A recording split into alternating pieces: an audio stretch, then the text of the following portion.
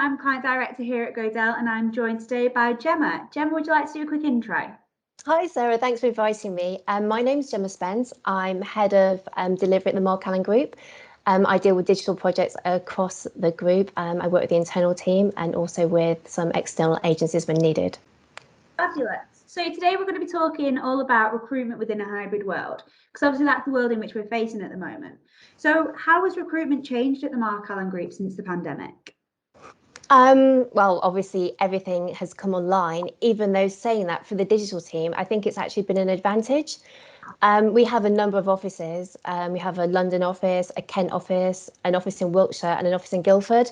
But our digital team are actually based out of Kent.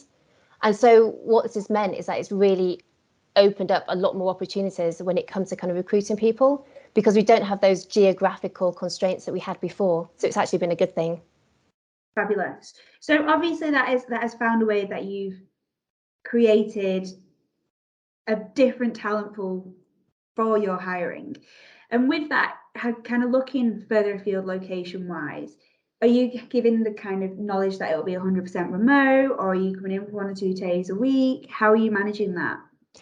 That's really interesting. The 3 new people who've joined our team recently are 100% remote, which is a completely different direction to how we've been before. But I'm actually really excited about it. Yeah, we've got 1 person based in Sheffield, 1 person based in Leamington Spa, and we've just recruited a UX UI designer who's based out of Birmingham. And what's really exciting for me is that these people wouldn't have even been on the table before. So I think it's really worked to our advantage. And how is it that how did you find these people? Did the interviews take place on Teams or Zoom or anything face to face? So they came through an agency. I mean, we do advertise internally, and we have a internal recruitment manager, but these particular people came through an agency. Our recruitment process, we interviewed via Teams. And how did you find that in regards to gauging the workplace culture and if they would fit with your team? Do you know what, Sarah? Maybe this is slightly, well, not controversial, but maybe it's a different opinion. But I actually think that sometimes interviewing people at home has its advantages. I mean, there are some people who are great at giving interviews and they go into the office and, they're happy to pitch themselves. But sometimes, just by the nature of what they are, sometimes interviews, they can be quite nerve-wracking. Yeah. And I think, even though an interview it's a formal process and, obviously it is a formal process, I always try and make sure that people feel as comfortable as they can do. And one obvious way of doing that is to do it in an environment where they feel comfortable. And where's more comfortable than your living room? Yeah, I totally agree. And did you change the format of the interview when you conducted them with people coming through? Not so much. There's obviously a test part, and then the general interview. I know you were talking about workplace culture. I think it's never a science, is it? And even if you had someone in the office, there's always a risk that they wouldn't be a match. However, I'm a big believer that if you can make people feel as comfortable as they can feel, you kind of get a sense of their personality, and I think you can kind of gauge whether they'll fit into the team or not. Another thing that I think is really important, I know most interviews, at the end, people say, "Oh, have you got any questions for us?" But I think myself and the head of development, we always try and make it very clear that this really is a 2-way conversation. And halfway through, we're like, "Okay, now it's your turn to interview us."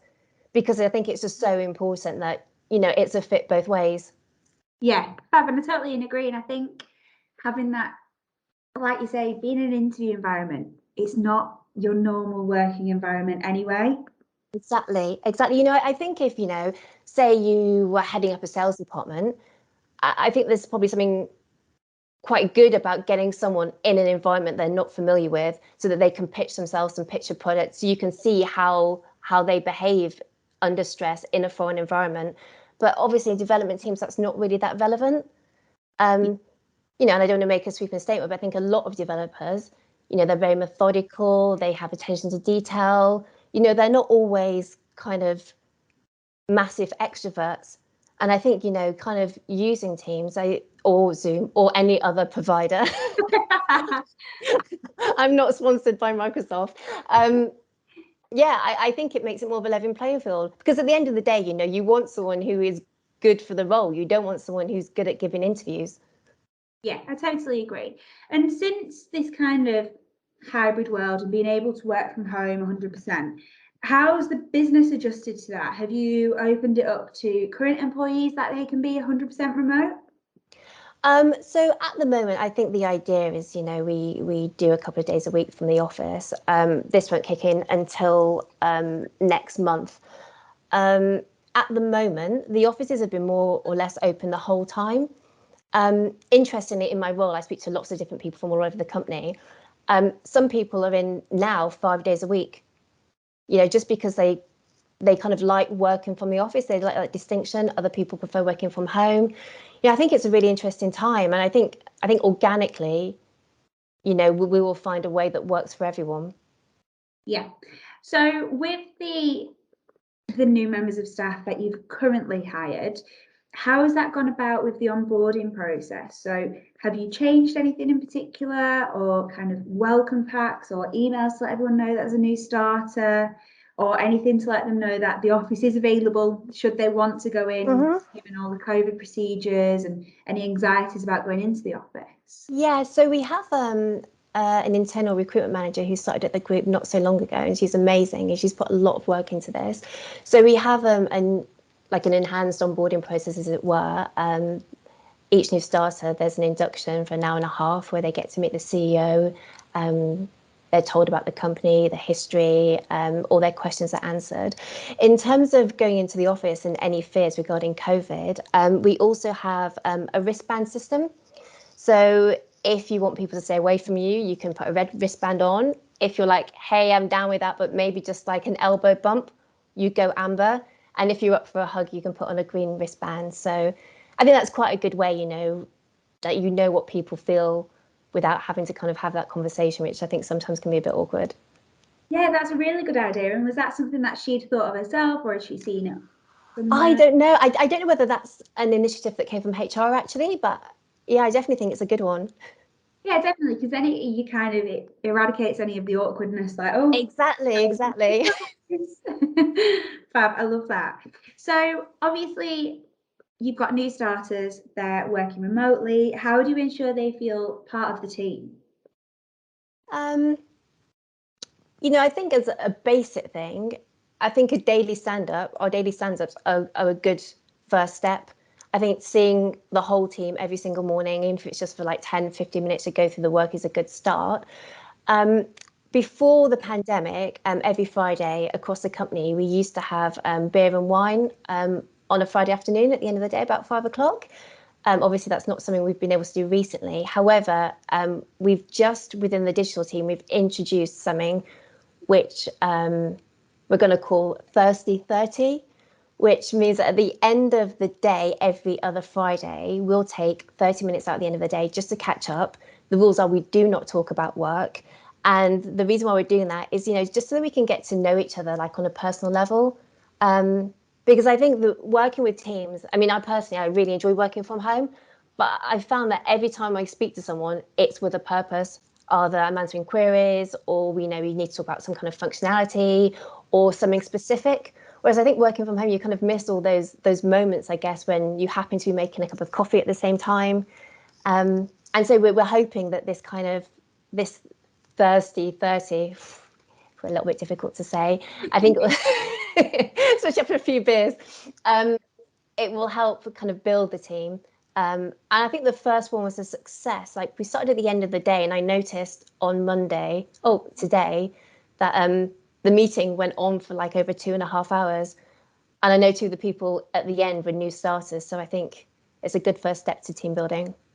Yeah, definitely. And I think it makes a difference, doesn't it, having those water cooler conversations, be it they're not business related, you're building those relationships which then strives for a better business. Exactly.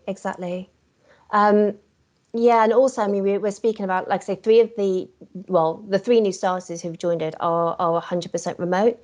So we're also discussing kind of having a get together, a physical get together, like a few times a year, because I think that's so important. Yeah, I was going to say, is this something that you want to do in regards to kind of team bonding ways?